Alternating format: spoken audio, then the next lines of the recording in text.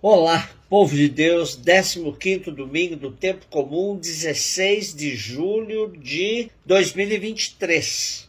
A nossa reflexão de hoje é a partir de Isaías 55, de 10 a 11, Romanos 8, 18, 23 e Mateus 13, de 1 a 23. Isto diz o Senhor: assim como a chuva e a neve descem do céu e para lá não voltam mais, mas vêm irrigar e fecundar a terra, e fazê-la germinar e dar semente para o plantio e para a alimentação, assim a palavra que sair de minha boca não voltará para mim vazia.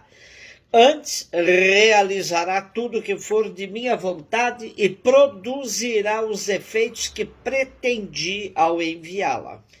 Estamos no contexto do século VI a.C., o tempo do cativeiro da Babilônia, em que o profeta Isaías, o segundo Isaías, que compreende os capítulos de 40 a 55, o chamado livro da Consolação, esses capítulos têm duas perspectivas bem distintas. Na primeira, o profeta anuncia aos exilados a libertação do cativeiro e um novo êxodo do povo de Deus rumo à terra prometida. Na segunda, o profeta fala da reconstrução e restauração de Jerusalém. No texto de hoje, o profeta convida os exilados a buscar e invocar o Senhor confiando na sua palavra. É a fase final do exílio. O povo está bastante desanimado e o profeta garante que a palavra de Deus é eficaz e que, a exemplo da chuva que não volta sem antes ter irrigado a terra, não voltará a Deus sem realizar tudo o que lhe é próprio. Romanos 8, 18 e 23. Irmãos, entendo que os sofrimentos do tempo presente nem merecem ser comparados com a glória que deve ser revelada em nós. De fato, toda a criação está esperando ansiosamente o momento de se revelarem os filhos de Deus.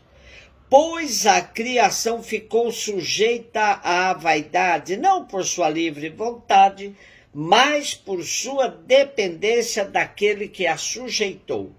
Também ela espera ser libertada da escravidão e da corrupção e assim participar da liberdade e da glória dos filhos de Deus. Com efeito, sabemos que toda a criação, até ao tempo presente, está gemendo como que em dores de parto. E não somente ela, mas nós também, que temos os primeiros frutos do Espírito, estamos interiormente gemendo, aguardando a adoção filial e a libertação para o nosso corpo. Continuamos a ler trechos da carta de Paulo aos Romanos, uma comunidade que não foi fundada por ele e que ele está prestes a visitar. O apóstolo pretende, com essa carta, preparar a comunidade para recebê-lo.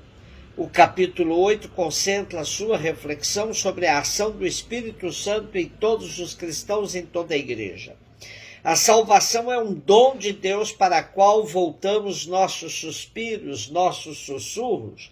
De fato, gememos junto com toda a criação que espera também sua libertação. Sendo assim, nossa salvação tem também uma perspectiva coletiva. Parafraseando Paulo Freire, ninguém salva ninguém. Ninguém se salva sozinho. Nós nos salvamos em comunhão. Mateus 13, de 1 a 23. Jesus saiu de casa e foi sentar-se às margens do mar da Galileia. Uma grande multidão reuniu-se em volta dele. Por isso, Jesus entrou numa barca e sentou-se, enquanto a multidão ficava de pé na praia. E disse-lhes muitas coisas em parábolas. O semeador saiu para semear. Enquanto semeava, algumas sementes caíram à beira do caminho e os pássaros vieram e as comeram. Outras sementes caíram em terreno pedregoso, onde não havia muita terra. As sementes logo brotaram porque a terra não era profunda. Mas quando o sol apareceu, as plantas ficaram queimadas e secaram, porque não tinham raiz. Outras sementes caíram no meio dos espinhos, os espinhos cresceram e sufocaram as plantas. Outras sementes, porém, caíram em terra boa e produziram à base de 100, 60 e 30 frutos por semente. Quem tem ouvidos, ouça. Os discípulos aproximaram-se e disseram a Jesus: por que tu falas ao povo em parábolas? Jesus respondeu: porque a vós foi dado conhecimento dos mistérios do reino dos céus, mas a eles não é dado. Pois a pessoa que tem será dado ainda mais e terá em abundância. Mas a pessoa que não tem será tirado pouco que tem. É por isso que eu lhes falo em parábolas, porque olhando eles não veem, ouvindo não escutam, nem compreendem. Desse modo se cumpre a profecia de Isaías: havereis de ouvir sem nada entender, havereis de olhar sem nada ver, porque o coração desse povo se tornou insensível. Eles ouviram com má vontade e fecharam seus olhos para não ver com os olhos, nem ouvir com os ouvidos, nem compreender com o coração, de modo que se converta e eu os cure. Felizes sois vós, porque vossos olhos veem, vossos ouvidos ouvem. Em verdade vos digo, muitos profetas e justos desejaram ver o que vedes, e não viram. Desejaram ouvir o que ouvis, e não ouviram. Ouvi, portanto, a parábola do semeador. Todo aquele que ouve a palavra do reino e não a compreende, vem o maligno e rouba o que foi semeado em seu coração. Este é o que foi semeado à beira do caminho. A semente que caiu em terreno pedregoso é aquele que ouve a palavra e logo a recebe com alegria. Mas ele não tem raiz em si mesmo e é de momento. Quando chega o sofrimento ou a perseguição por causa da palavra, ele desiste logo. A semente que caiu no meio dos espinhos é aquele que ouve a palavra, mas as preocupações do mundo e a ilusão da riqueza sufocam a palavra e ele não dá fruto. A semente que caiu em boa terra é aquele que ouve a palavra e a compreende. Esse produz fruto. Um dá 100, outro 60 e outro 30. Segundo muitos biblistas, o capítulo 13 de Mateus é central no esquema deste evangelho. Nele temos as parábolas que velam e desvelam os mistérios do reino dos céus. Na verdade, Jesus conta a parábola e a explica aos seus discípulos, mas não a todos. Como nos diz Shekel, as duas funções, descobrir e encobrir, se atribuem às parábolas de Jesus. Mateus reúne neste capítulo 7 em 2 blocos.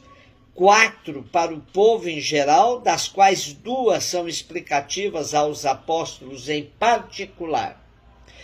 E 3 para os discípulos: semente, joio, mostarda, fermento, tesouro, pérola, rede, agricultura e pesca, comércio e trabalho doméstico.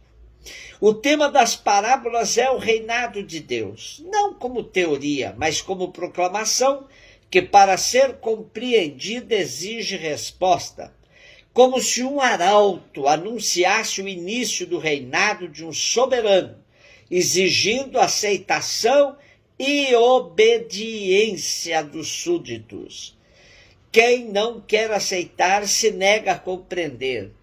Entrevê-se a resistência de uns e a indecisão de outros, enquanto que os discípulos são iniciados no mistério.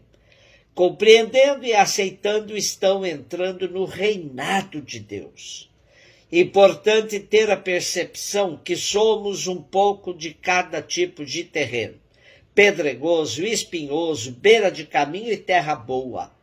Nem toda semente que Deus semeou em nossa vida nós conseguimos fazer frutificar. Há muitos condicionamentos que ora permitem boa colheita, ora sufocam as sementes e até as matam. Quem fizer uma boa reflexão poderá detectar momentos bem diferenciados na própria vida. O importante é continuar nossa labuta para que sejamos mais terra boa, prontos para receber as sementes de Deus e frutificar com abundância. Um beijo no seu coração.